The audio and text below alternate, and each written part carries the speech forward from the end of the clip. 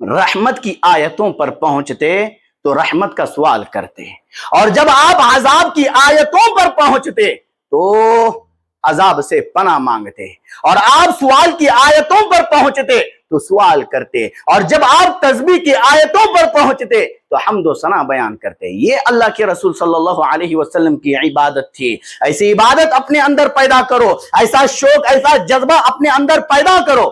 آج ہمارا شوق، ہمارا جذبہ، ہمارا ولولہ کہاں ہے؟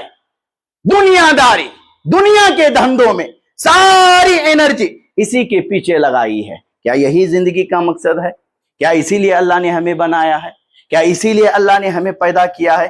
کیا اسی کو ہم نے زندگی کا مقصد سمجھ رکھا ہے کہ ساری انرجی دنیا داری، دنیاوی دھندے، عبادتیں ضائع؟ بھائیوں، یہ عبادت کا شوق نہیں ہے، یہ عبادت کا جذبہ نہیں ہے۔ اب دنیا کماؤ، دنیا کماؤ، لیکن یہ دنیا عبادتوں میں آڑے نہیں آنی چاہیے۔ اگر یہ تجارت، یہ دنیاوی مال و متاع آپ کو عبادتوں میں رکاوٹ بن رہے ہیں تو یہ دنیا داری آپ کے لیے ہلاکت ثابت ہوگی، آپ کے لیے ہلاکت ثابت ہوگی۔ نمازوں کے اوقات میں نمازوں میں حاضر ہو، بعد میں پڑھ لیں گے، بعد میں دیکھیں گے۔ یہ کون سا دن ہے؟ آپ کے پاس وقت ہے، مہلت ہے، ساری چیزیں میسر ہے، اس کے باوجود بھی بعد میں دیکھیں گے، عبادات میں بعد میں دیکھیں گے۔ کوئی بڑا آدمی بلائے تو بعد میں دیکھیں گے، یہی الفاظ ہوں گے؟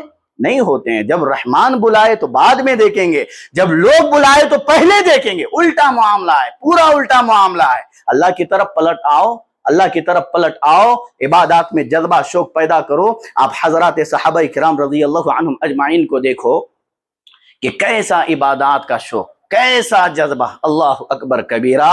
حضرات صحابہ کرام رضی اللہ عنہم اجمعین نے عبادات کے شوق میں دنیا کے ہر شوق کو انہوں نے پیچھے چھوڑ دیا تھا، دنیا کے ہر شوق کو انہوں نے پیچھے چھوڑ دیا تھا۔ آپ دیکھو، یہ منافقین جو ہے حضرات صحابہ اکرام کے بارے میں کہتے ہیں انظروا الی ہؤلاء المجانین، یہ صحابہ اکرام ہیں، فقر و فاقہ، محتاجگی، بہت کمزور حالت، خستہ حالت تھی، کچھ نہیں تھا، اس کے باوجود بھی عبادتوں پر اثر نہیں پڑا، عبادتوں پر اثر نہیں پڑا۔